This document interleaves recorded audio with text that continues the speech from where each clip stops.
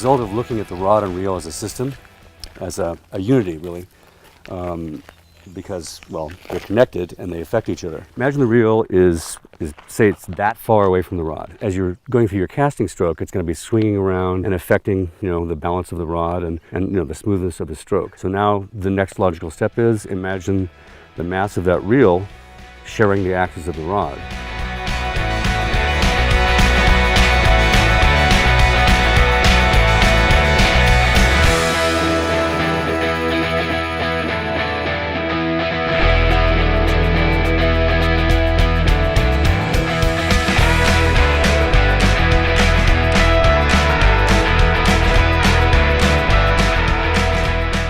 So what we've got is two identical rods, lines right down to the fly. Yep, I can see that.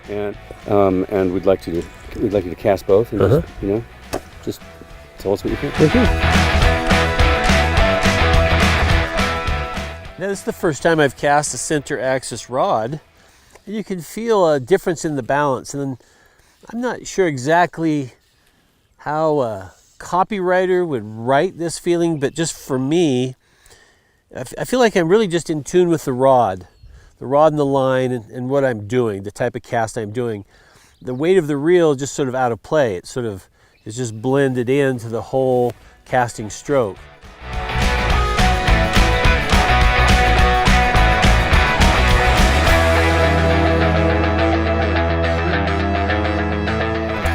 I remember when we were first designing reels, we had the opportunity to meet with some of the leading rod designers in the country and observe how they thought about rod design. First thing that was obvious is they didn't test rods with the reel on them. Right. And the explanation that I heard was that it was easier for them to feel the nuances of the rod action without the weight and without the mass of the reel muddying up the experience. So I remember one of the takeaways was make the reel as light as possible in a standard foot format, which you then did by creating the world's lightest machined reel. But even better than that, take that mass and move it, de-lever it, right? Move it into alignment with the center axis. It feels more kind of part of the rod, as opposed to, on the rod. You can just tell a little bit of a difference. The weight on the regular footed reels, you can tell feels down here. I've never really casted or held a rod like this with the reel on the back, So, just my first impression is it feels more like, you're just holding a rod as opposed to a rod with the reel.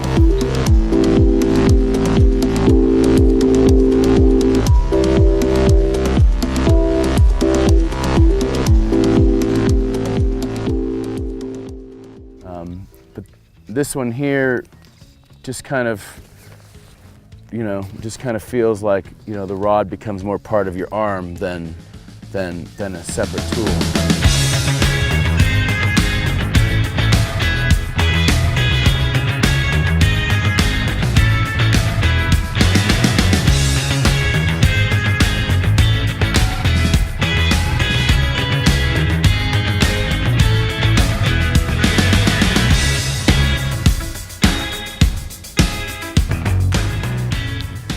I really didn't think it was going to make that much of a difference.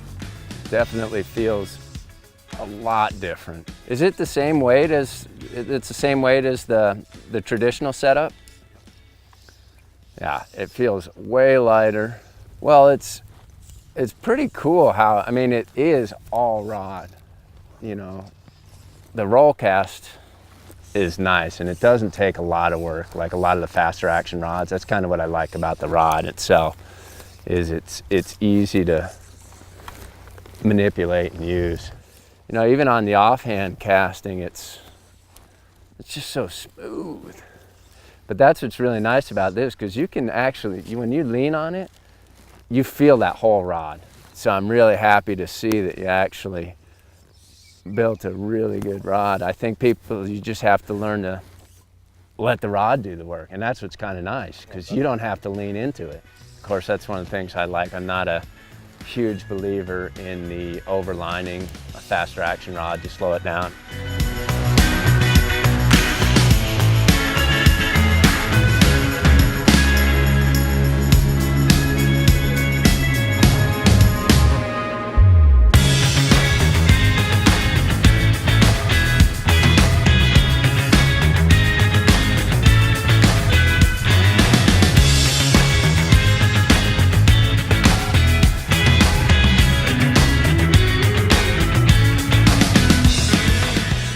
Feels like you're casting the rod and not the rod and the reel. It's sort of interesting. It's small, but I can feel it.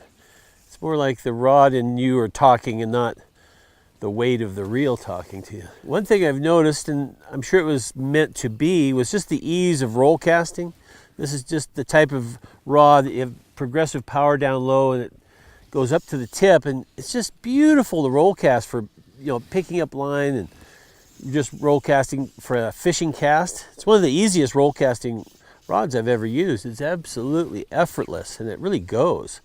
That's a nice thing to have in a rod.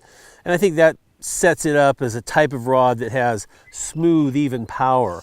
And you can really muscle out some line with it.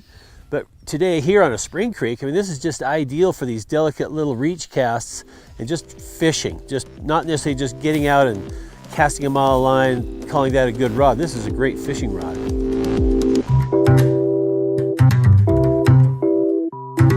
Fundamentally, the better your casting technique, the more this is going to reward you. The quietness of the system is going to really clarify the timing of the loading of the blank and where you are in the casting stroke. It just is going to speak to you very clearly.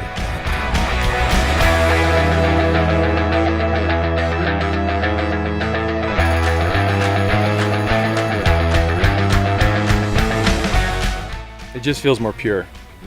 It feels like you're getting you're taking away some of the noise and you're getting the same of what you want, but taking away noise. So I think you guys figured out why it needs to be different before you made it different. You're not different to be different. There's a function, and it worked. I don't know. I think this is how fishing is supposed to feel.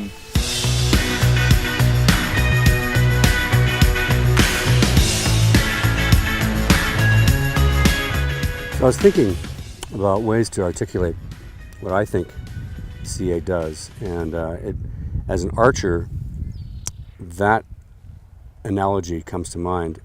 When you're letting loose a good shot, it's just all about the arrow. In your mind, the arrow is all that matters. With fly casting, I think there's a lot of similarity there. There's an arm, there's a reel, there's a rod, but all this is about the line. It's all about getting the line straight behind you so it can absorb energy and accelerate. It needs to be as clean as possible. The chattering stuff and the noise that happens with a reel wobbling around sends all this distracting stuff to your brain. And now, if it's all lined up, all the energy goes into accelerating the line, and it's just this beautiful loop that you can set loose. And I think with the CA, your brain goes right to the line, and it just is a connection there without distraction.